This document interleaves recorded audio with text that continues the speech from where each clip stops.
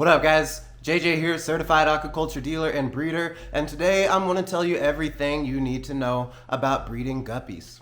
We're going to cover all the beginner stuff, like how to tell a male from a female, all the way up to line breeding to get a certain type of guppy, and maybe even your own species. So, fingers crossed, maybe I'll have my own species someday and we'll have, I don't have a name for them, some JJ guppies somewhere, but we're going to talk about how that happens too.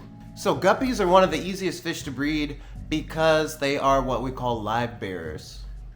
Now what live bearers are fish that have live births, where most fish will lay eggs and have to protect the eggs for a long time.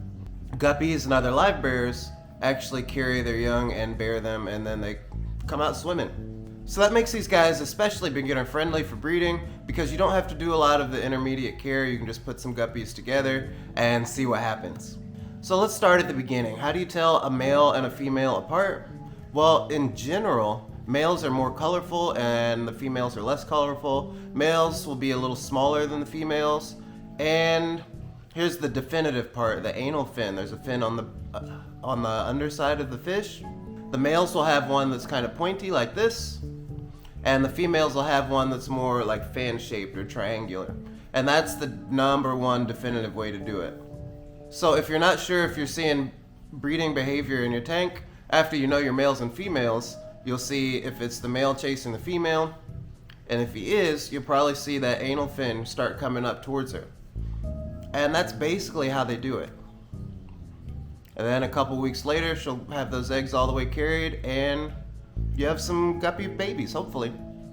So how do you know if your guppy is pregnant? I get this question a lot. People are always posting pictures of fat fish on the internet, and they go, is my fish pregnant? And for a lot of them, it's not, because most fish lay eggs. But for guppies, there's a very good chance that it is. So a guppy female will blow up like a balloon. They get super big and round. And if you look really closely, there's like the stomach area, and then right behind it, you can see where she stores her eggs. And when she's ready to bear young, you can actually see those eggs have turned into little things with tails. Now what some people will do once they know that their female guppy is pregnant, will isolate her and put her in like a breeder box or a net box or something like that. You don't necessarily have to, especially since a lot of people won't have room for their guppies to procreate over and over and over and over. So you can just let nature take its course, and some of them might get picked off and some of them might make it and grow out. I personally am not a huge fan of the standard breeder box because I feel like it causes the females some stress. When you put a female in there with a bunch of other fish in the tank and she can see them but she can't get out and they can't get in, I don't know. I've never seen them look super relaxed in that setting, and I haven't gotten a very good yield from that scenario either. Didn't get very many babies. So what I do instead is just make sure I have lots of plants and hiding spaces. So if you're trying to make sure you get plenty of guppy fry to survive, then maybe you're going to want some Java moss or some hornwort, guppy grass, plants that'll grow and make plenty of nice little hiding spots for the babies. And then for growing out the fry, you don't have to do anything complicated. You can do brine shrimp, you can just crush up flake food, and that's pretty much the only two things I do. But anything that your guppies can eat, anything that you've been feeding your adult guppies, you can feed to your fry for the most part. They just might need a little smaller. I forgot to mention water parameters. I wouldn't do anything special with your water. Guppies are a pretty popular fish all over the country, all over the world. So they've been raised in many, many different types of water. So I wouldn't worry too much about what your pH is coming out of the tap and stuff like that. They'll be okay. One thing you might take note of, especially if you're trying to breed them, is the temperature. Because sometimes raising temperature and then doing big water changes can trigger sort of breeding behavior in fish, but I don't think you really have to worry about it. Guppies are going to do what guppies do. All you have to do is give them an environment where they'll be healthy and safe. Now one thing I've noticed, and I had to look this up because I haven't seen a lot of research about it, so maybe we can work together and crowdsource this from the internet, is I noticed that my tank, when it wasn't heated, when I was keeping my guppies at like 74, 75, I was getting mostly females. And then when I put a heater in there and I kept the water at like 78, 80, I was starting to get more males. So I looked it up and found like one or two people on like forums on the old internet I'm not talking about Facebook groups. I mean, like you had to know how to code HTML kind of stuff to put a picture in the forum group. But I found a couple people who did have the same findings, and I'm wondering if anybody out there can confirm or deny this. So just let me know. And here's where this gets kind of fun for me and anybody who's been doing this a while. Let's talk about line breeding. So maybe breeding guppies with a certain type of trait over and over until you can consistently reproduce that trait, and eventually maybe have like its own separate species. Because guppies in the wild do not look like guppies you can get at the pet store. Guppies in the wild are kind of boring. They're like grayish, greenish. But when you get guppies that have been line bred and you take the features, that's where we start getting the colors and the cool patterns and the cool fin shapes.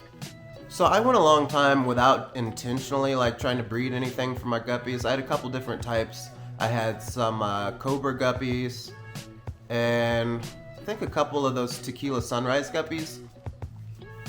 And then a friend of mine gave me some that he said were Japanese blue females. He just couldn't get any males, so maybe he should have raised the temperature. I don't know. But I just let them all mix together. And what I started to find was I was getting one specific color. Now these were all different types of colors, fin types and patterns. But what I started to find was I was getting a common output. I've been getting this gold color with the cobra pattern, and the Japanese blues were like double tails, and I'm not exactly getting double tails, but I am starting to get like a long fin version. So what I'm going to try to do is take a couple males that are starting to show those characteristics that I'm liking, and I'm going to put them in with a handful of females. And when you're breeding guppies, you definitely want a ratio of more females than males, because those males will chase the females around tirelessly if there's not enough of them. So when you have like maybe one male to 3 or 4 females, they actually get a break every once in a while. But I'm going to take my males that are showing those traits and I'm mixing them together, and I'm going to see if I can keep producing the same thing over and over, this cool gold snakeskin longfin guppy that I've been getting. So will I get my own species? Probably not, and here's why.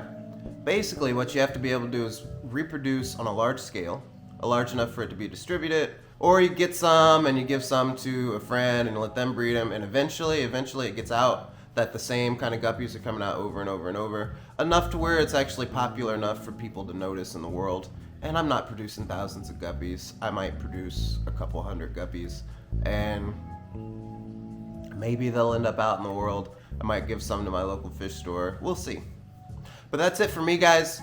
I hope this was helpful for you. Guppies can be a really rewarding, satisfying fish to keep, especially when you start getting good at creating an environment where the babies survive.